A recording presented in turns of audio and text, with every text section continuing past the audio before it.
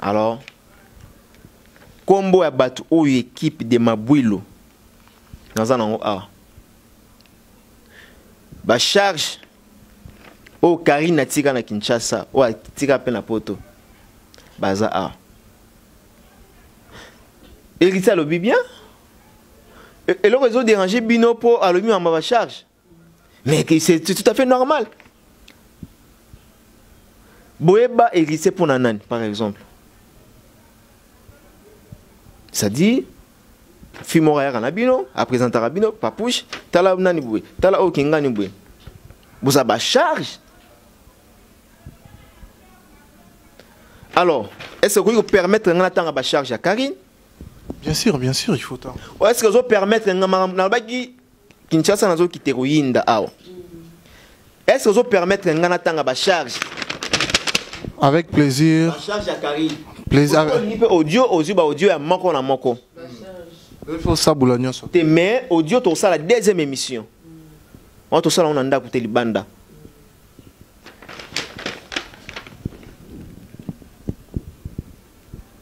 Mesdames et messieurs, chers internautes,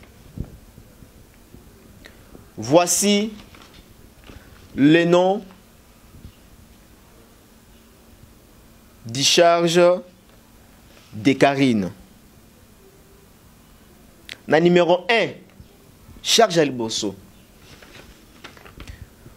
En tout cas, bo fana devant la télévision, hein, nazo lo balanga bo bangate. Bo fana na banda on abino.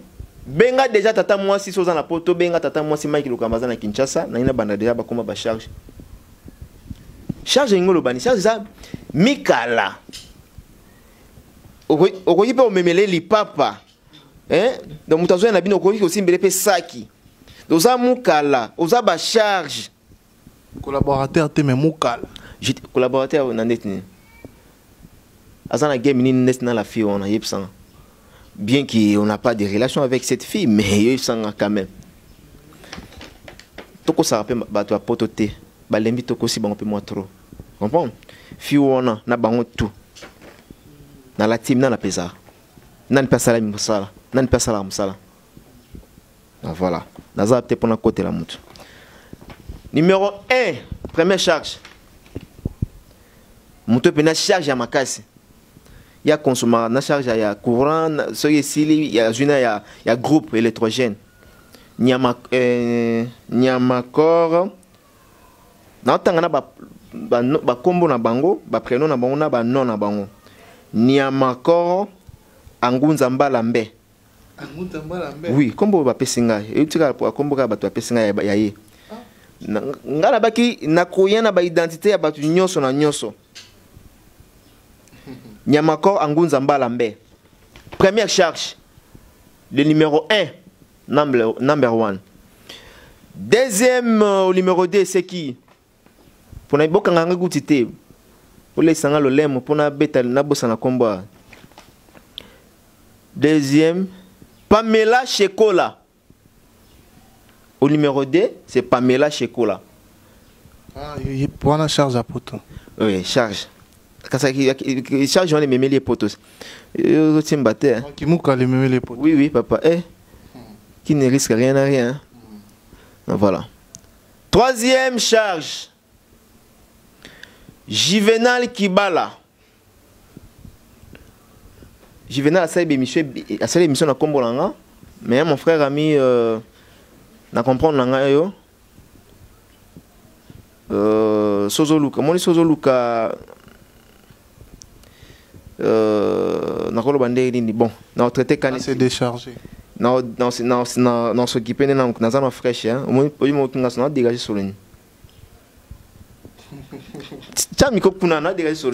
Voilà. Tu s'occuper de calamité. Mais, na comprenant qu'il a la monakio, tu bien en Afrique du Sud, na pays anglophone, donc vous avez un boring. Rien à faire, bas stress, le bisagio bon. Bas stress, ça peut être un item na qui okende kuna. Soit pétant na yo à boire en gunda pose à mukanda calme, au lieu de se distraire na baf. Buzoba. Numéro 4. Quatrième charge, Yvette Kalombo. Yvette Kalombo 4e charge bato ba benginga balobi asa émission na kombo nanga. Cette fille a déjà un problème na kuma Mike lokoma banda kala. Mais soit après pour ça na idée na tcheka na tcheka na muninga na été. Ngal go bando futele ndako. S'il vous plaît. Non na temps linga été. À un niveau na ngati puis za ba fio nga sepelate. Donc moi si faut za la kitoko il banda pene kitoko 4. C'est-à-dire là na longole lamba na santé pena que non propre. Et ba so ba kitoko il banda na 4 boya salité. Tu comprends? Nga pena moi si otale na sous-vêtement na isa propre. Vous comprenez? Ils ont bâti sous la sous-vêtement à se mettre en 2 jours 3 jours. Et nga faut moi si pena faire propre quoi, il faut dégager le parfum bien. Voilà numéro 4. Numéro 5, Tanya Mabed. Parmi ba charge, il y a Karine. Nazolo ba tengap na bimsi ba combo, ya combo oyo.